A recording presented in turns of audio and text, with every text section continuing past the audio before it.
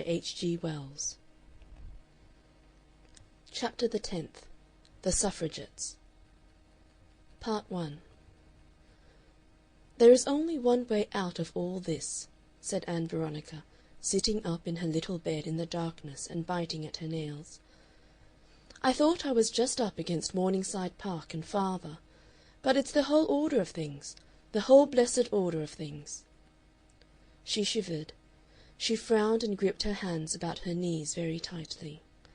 Her mind developed into savage wrath at the present conditions of a woman's life.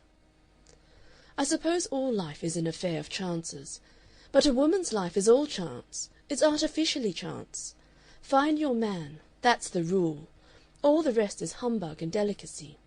He's the handle of life for you. He will let you live if it pleases him."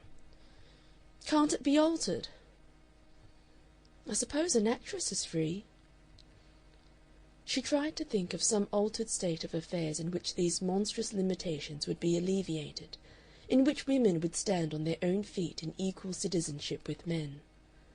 For a time she brooded on the ideals and suggestions of the Socialists, on the vague intimations of an endowment of motherhood, of a complete relaxation of that intense individual dependence for women which is woven into the existing social order.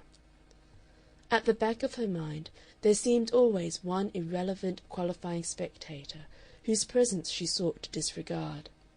She would not look at him, she would not think of him. When her mind wavered, then she muttered to herself in the darkness so as to keep hold of her generalizations. "It is true. It is no good waving the thing. It is true. Unless women are never to be free, never to be even respected, there must be a generation of martyrs. Why shouldn't we be martyrs? There's nothing else for most of us anyhow. It's a sort of blacklegging to want to have a life of one's own."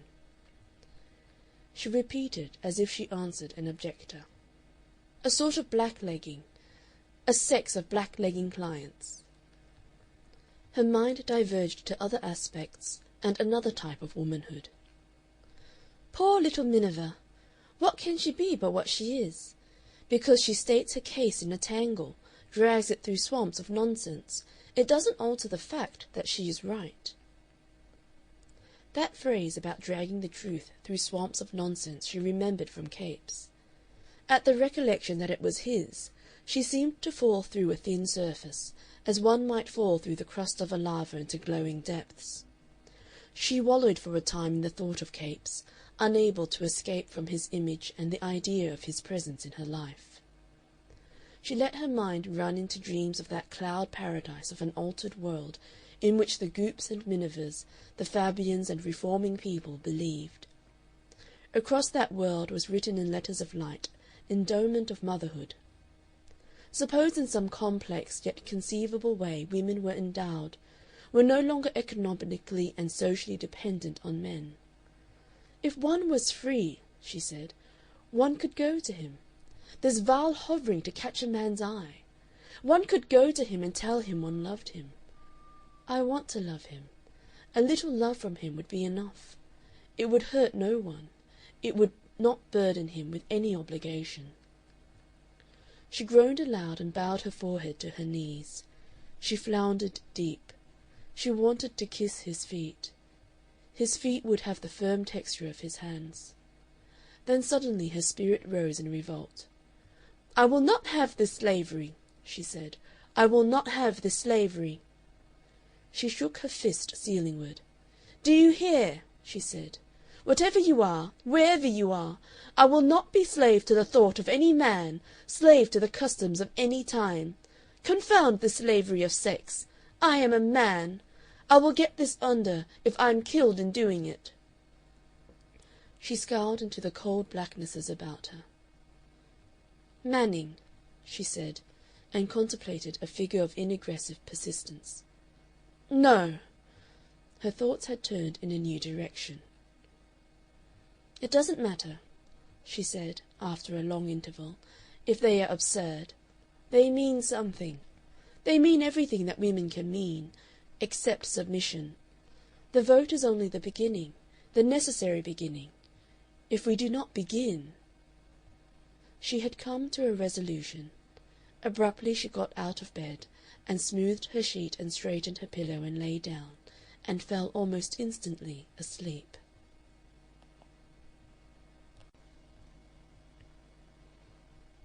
Part 2. The next morning was as dark and foggy as if it was mid-November instead of early March. Ann Veronica woke rather later than usual, and lay awake for some minutes before she remembered a certain resolution she had taken in the small hours. Then instantly she got out of bed and proceeded to dress. She did not start for the Imperial College. She spent the morning up to 10 in writing a series of unsuccessful letters to Ramage, which she tore up unfinished. And finally she desisted and put on her jacket and went out into the lamp-lit obscurity and slimy streets. She turned a resolute face southward. She followed Oxford Street into Holborn, and there she inquired for Chancery Lane. There she sought and at last found 107A, one of those heterogeneous piles of offices which occupy the eastern side of the lane. She studied the painted names of firms and persons and enterprises on the wall, and discovered that the Women's Bond of Freedom occupied several contiguous suites on the first floor. She went upstairs and hesitated between 4 doors with ground glass panes, each of which professed the Women's Bond of Freedom in neat black letters. She opened one and found herself in a large untidy room set with chairs that were a little disarranged as if by an overnight meeting. On the walls were notice boards bearing clusters of newspaper slips, 3 or 4 big posters of monster meetings, one of which Ann Veronica had attended with Miss Miniver, and a series of announcements in purple copying ink, and in one corner was a pile of banners. There was no one at all in this room, but through the half-open door of one of the small apartments that gave upon it she had a glimpse of 2 very young girls sitting at a littered table and writing briskly. She walked across to this apartment and, opening the door a little wider, discovered a press section of the movement at work. "I want to inquire," said Ann Veronica. "Next door," said a spectacled young person of 17 or 18, with an impatient indication of the direction. In the adjacent apartment Ann Veronica found a middle-aged woman with a tired face under the tired hat she wore, sitting at a desk opening letters, while a dusky, untidy girl of 8 or 29 hammered industriously at a typewriter. The tired woman looked up in inquiring silence at Ann Veronica's diffident entry. "I want to know more about this movement," said Ann Veronica. "Are you with us?" said the tired woman. "I don't know," said Ann Veronica. "I think I am. I want very much to do something for women, but I want to know what you are doing." The tired woman sat still for a moment.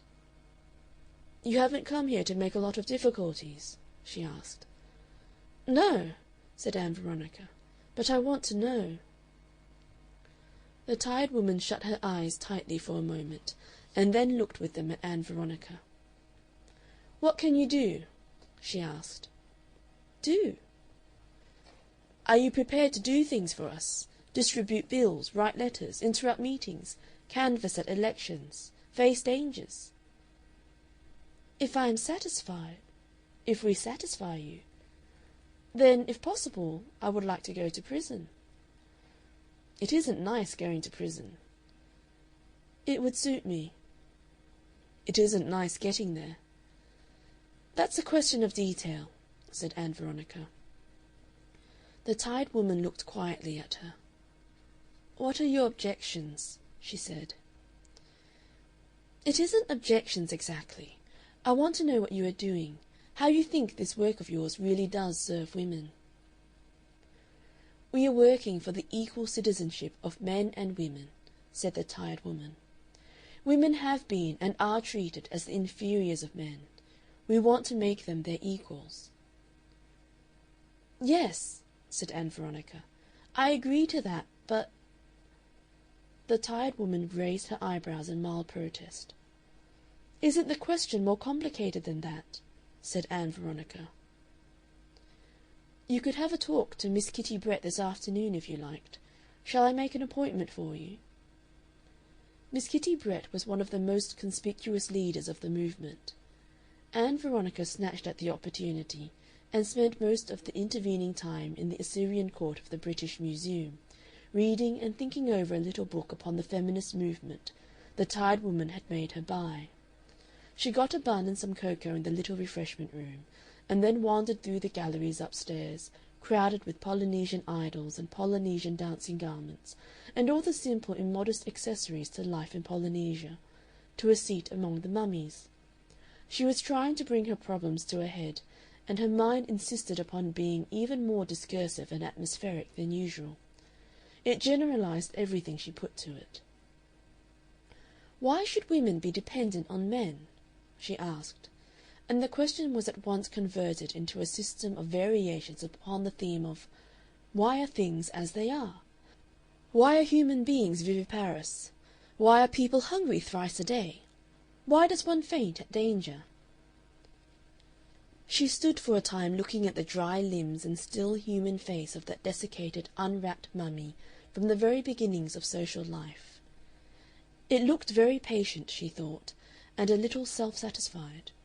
It looked as if it had taken its world for granted and prospered on that assumption, a world in which children were trained to obey their elders and the wills of women overruled as a matter of course.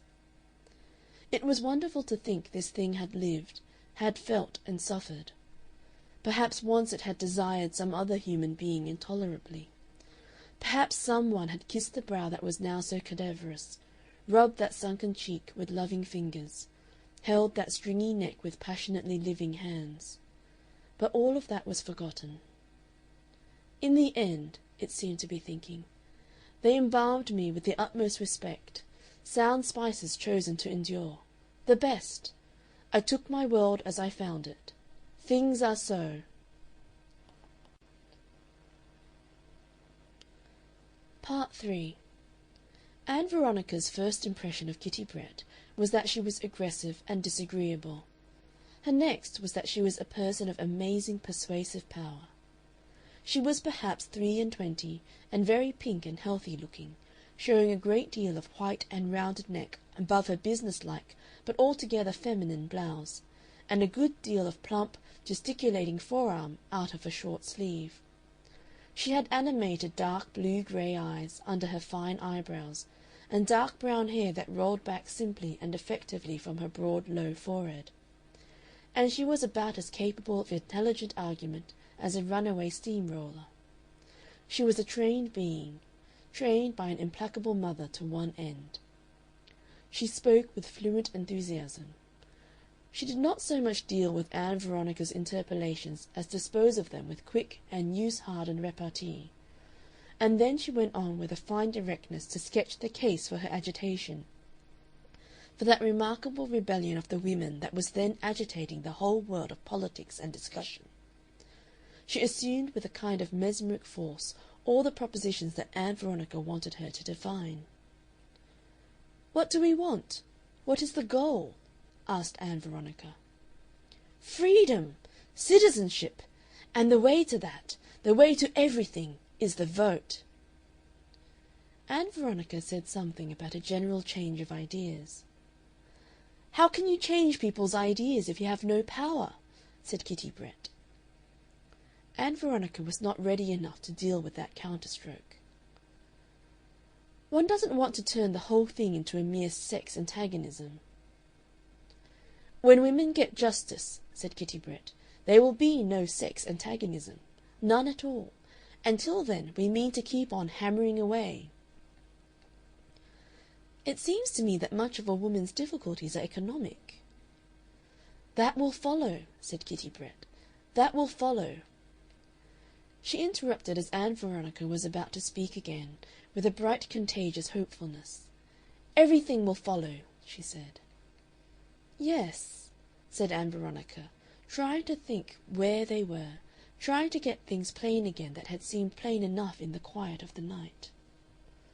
"Nothing was ever done," Miss Brett asserted, "without a certain element of faith. After we have got the vote and are recognized as citizens, then we can come to all these other things." Even in the glamour of Miss Brett's assurance, It seemed to Ann Veronica that this was, after all, no more than the gospel of Miss Miniver with a new set of resonances. And like that gospel, it meant something, something different from its phrases, something elusive, and yet something that in spite of the superficial incoherence of its phrasing was largely essentially true. There was something holding women down, holding women back, and if it wasn't exactly man-made law was an aspect of it.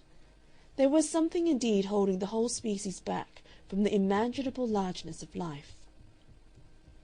"The vote is the symbol of everything," said Miss Brett. She made an abrupt personal appeal. "Oh, please don't lose yourself in a wilderness of secondary considerations," she said. "Don't ask me to tell you all that women can do, all that women can be. There is a new life, different from the old life of dependence, possible. If only we are not divided, if only we work together. This is the one movement that brings women of different classes together for a common purpose.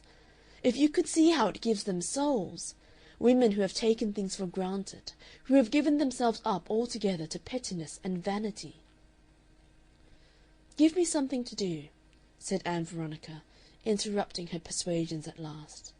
"It has been very kind of you to see me, but I don't want to sit and talk and use your time any longer. I want to do something. I want to hammer myself against all this that pens women in. I feel that I shall stifle unless I can do something, and do something soon."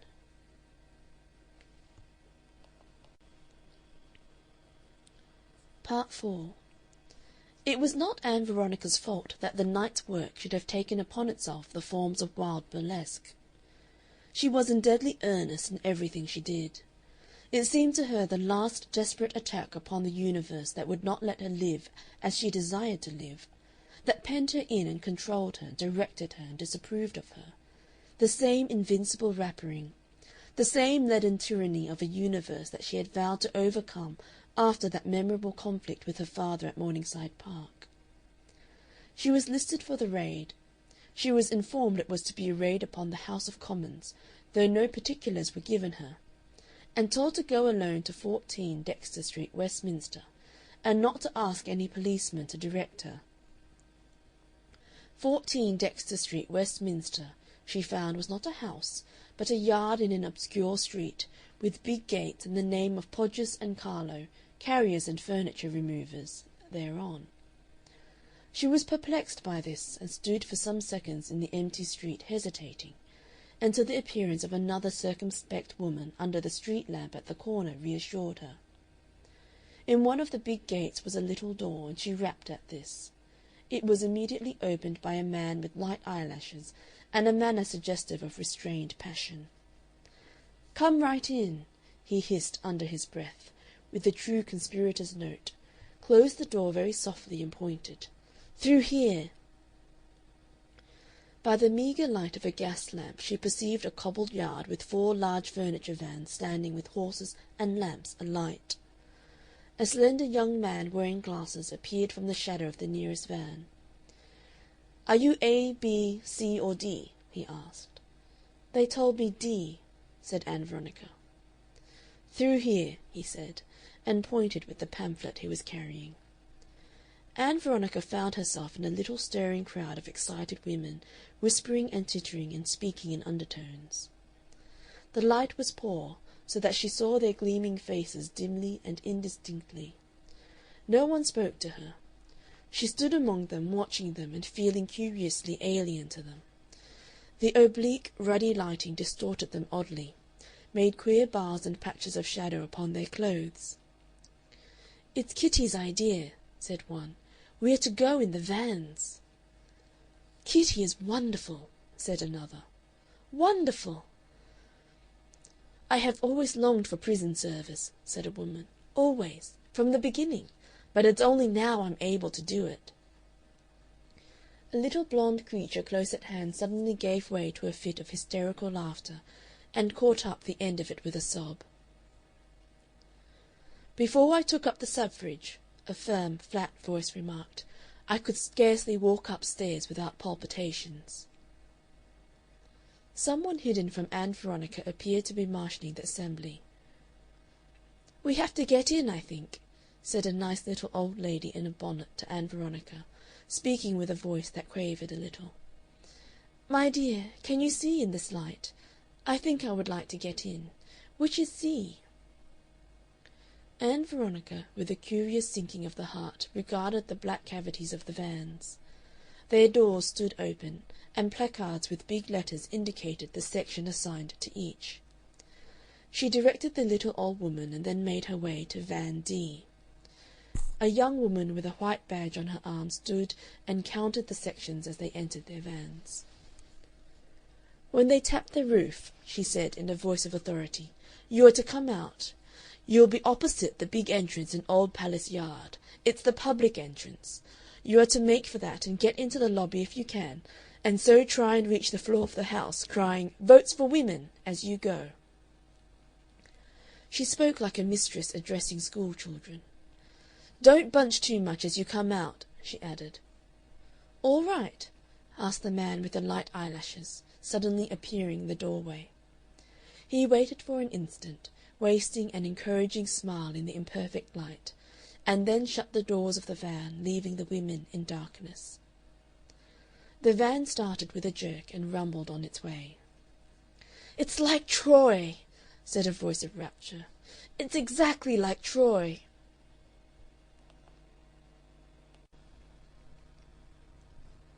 Part 5. So Ann Veronica, enterprising and a little dubious as ever, mingled with the stream of history, and wrote her Christian name upon the police court records of the land. But out of a belated regard for her father, she wrote the surname of someone else.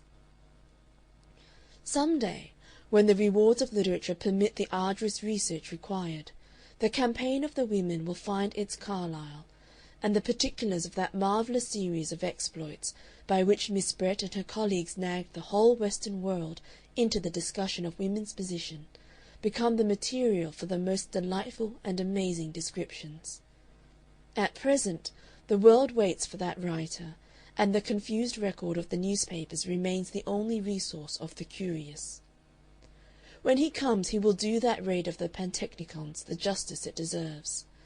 He will picture the orderly evening scene about the Imperial Legislature in convincing detail, the coming and going of cabs and motor cabs and broughams through the chill, damp evening into New Palace Yard, the reinforced but untroubled and unsuspecting police about the entries of those great buildings whose square and panelled Victorian Gothic streams up from the glare of the lamps into the murkiness of the night. Big Ben shining overhead, an unassailable beacon, and the incidental traffic of Westminster, cabs, carts, and glowing omnibuses going to and from the bridge. About the Abbey and Abingdon Street stood the outer pickets and detachments of the police, their attention all directed westward to where the women in Caxton Hall, Westminster, hummed like an angry hive. Squads reached to the very portal of that centre of disturbance, and through all these defences and into Old Palace Yard, into the very vitals of the defenders' position, lumbered the unsuspected vans. They travelled past the few idle sightseers who had braved the uninviting evening to see what the suffragettes might be doing. They pulled up unchallenged within 30 yards of those coveted portals, and then they disgorged. Were I a painter of subject pictures, I would exhaust all my skill in proportion and perspective and atmosphere upon the august seat of empire. I would present it grey and dignified and immense and respectable beyond any mere verbal description, and then, in vivid black and very small, I would put in those valiantly impertinent vans, squatting at the base of its altitudes and pouring out a swift, straggling rush of ominous little black objects, minute figures of determined women at war with the universe. Ann Veronica was in their very forefront. In an instant the expectant calm of Westminster was ended, and the very speaker in the chair blenched at the sound of the policemen's whistles. The bolder members in the House left their places to go lobbyward, grinning. Others pulled hats over their noses, cowered in their seats, and feigned that all was right with the world. In Old Palace Yard everybody ran. They either ran to see or ran for shelter. Even 2 cabinet ministers took to their heels, grinning insincerely. At the opening of the van doors and the emergence into the fresh air, Ann Veronica's doubt and depression gave place to the wildest exhilaration. That same adventurousness that had already buoyed her through crises that would have overwhelmed any normally feminine girl with shame and horror, now became uppermost again. Before her was a great Gothic portal. Through that she had to go. Past her shot the little old lady in the bonnet, running incredibly fast, but otherwise still alertly respectable, and she was making a strange threatening sound as she ran, such as one would use in driving ducks out of a garden. Brrr! And pawing with black-gloved hands. The policemen were closing in from the sides to intervene. The little old lady struck like a projectile upon the resounding chest of the foremost of these, and then Ann Veronica had got past and was ascending the steps. Then, most horribly, she was clasped about the waist from behind and lifted from the ground. At that a new element poured into her excitement, an element of wild disgust and terror.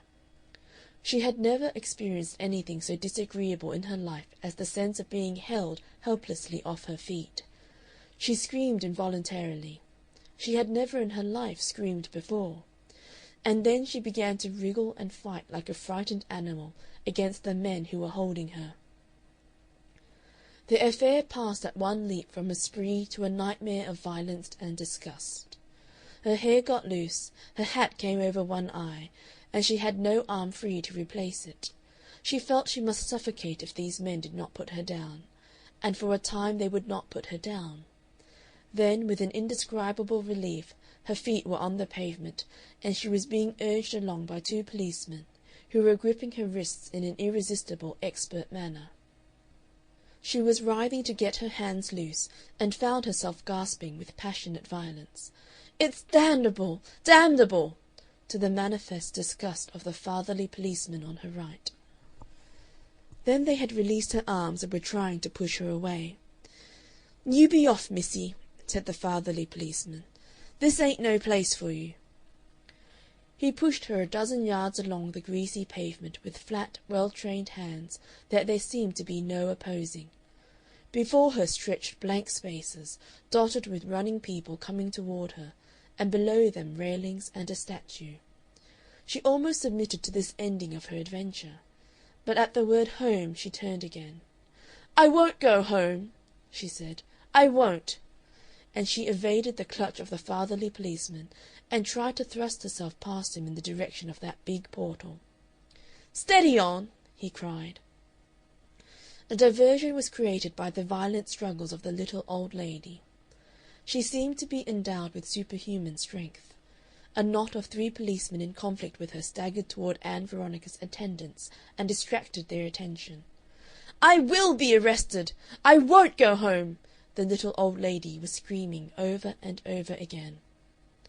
They put her down, and she leapt at them. She smote her helmet to the ground.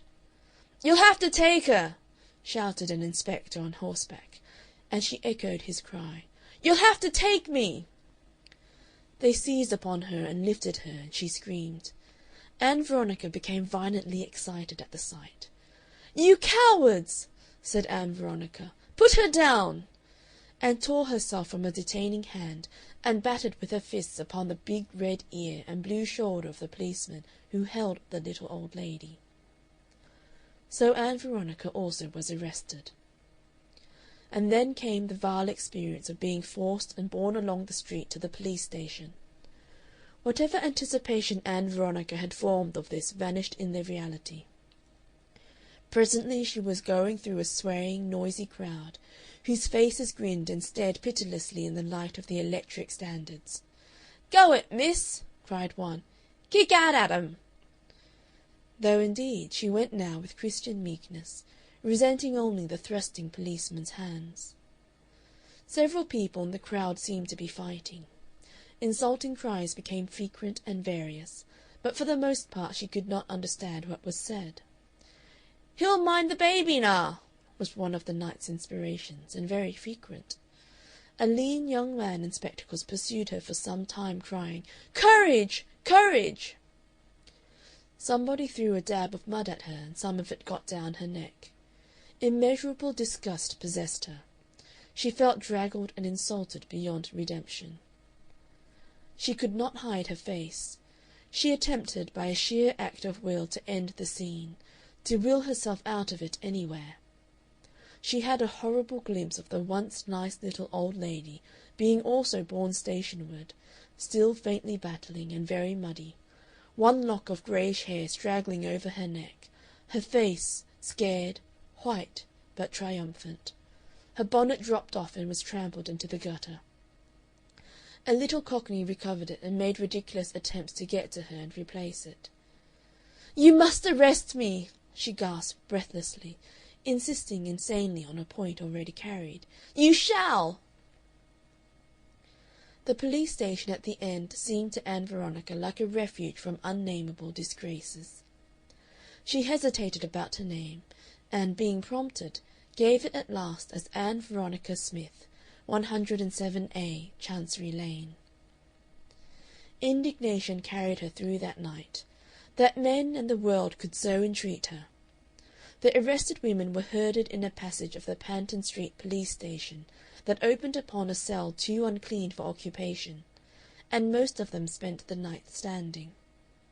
Hot coffee and cakes were sent in to them in the morning by some intelligent sympathizer, or she would have starved all day.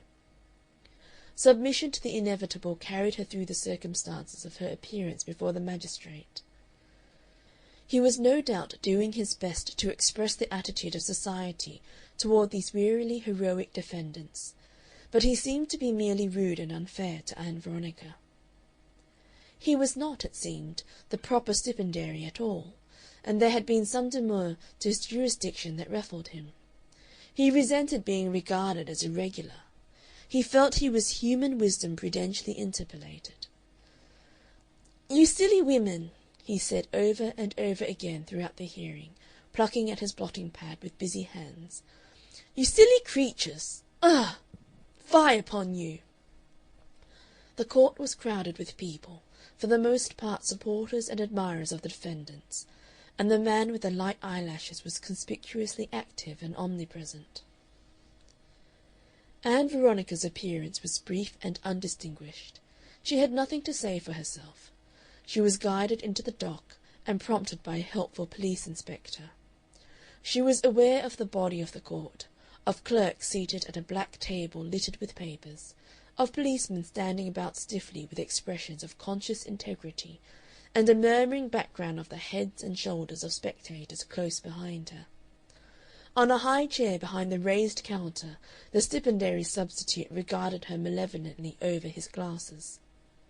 A disagreeable young man with red hair and a loose mouth, seated at the reporter's table, was only too manifestly sketching her. She was interested by the swearing of the witnesses. The kissing of the book struck her as particularly odd.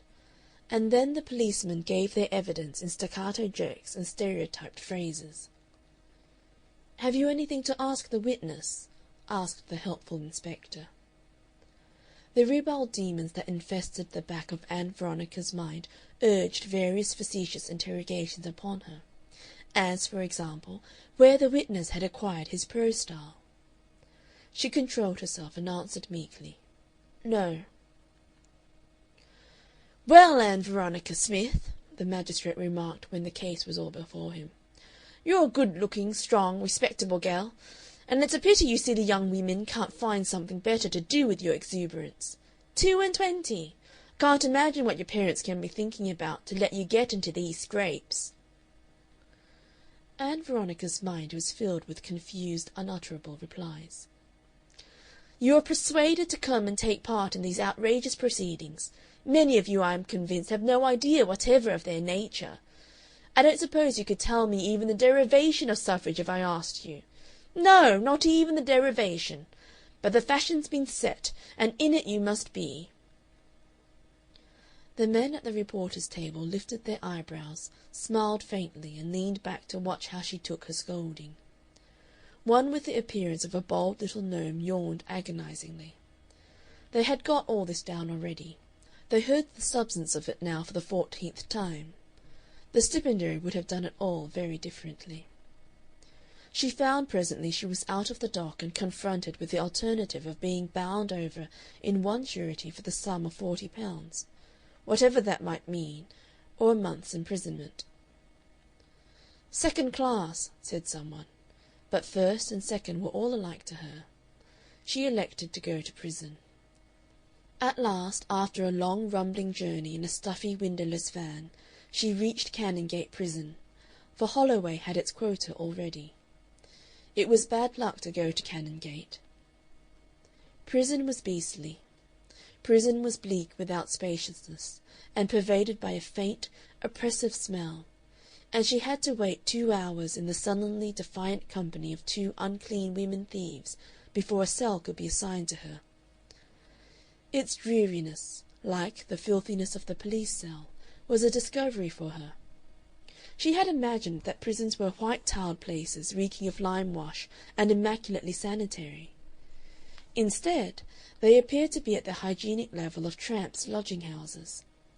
She was bathed in turbid water that had already been used. She was not allowed to bathe herself. Another prisoner, with a privileged manner, washed her. Conscientious objectors to that process are not permitted, she found, at Canongate. Her hair was washed for her also. Then they dressed her in a dirty dress of coarse serge and a cap, and took away her own clothes. The dress came to her only too manifestly unwashed from its former wearer. Even the underlinen they gave her seemed unclean. Horrible memories of things seen beneath the microscope of the baser forms of life crawled across her mind and set her shuddering with imagined irritations. She sat on the edge of the bed. The wardress was too busy with the flood of arrivals that day to discover that she had it down, and her skin was shivering from the contact of these garments. She surveyed accommodation that seemed at first merely austere, and became more and more manifestly inadequate as the moments fled by. She meditated profoundly through several enormous cold hours on all that had happened and all that she had done since the swirl of the suffrage movement had submerged her personal affairs. Very slowly emerging out of a phase of stupefaction, these personal affairs and her personal problem resumed possession of her mind. She had imagined she had drowned them altogether. End of chapter 10.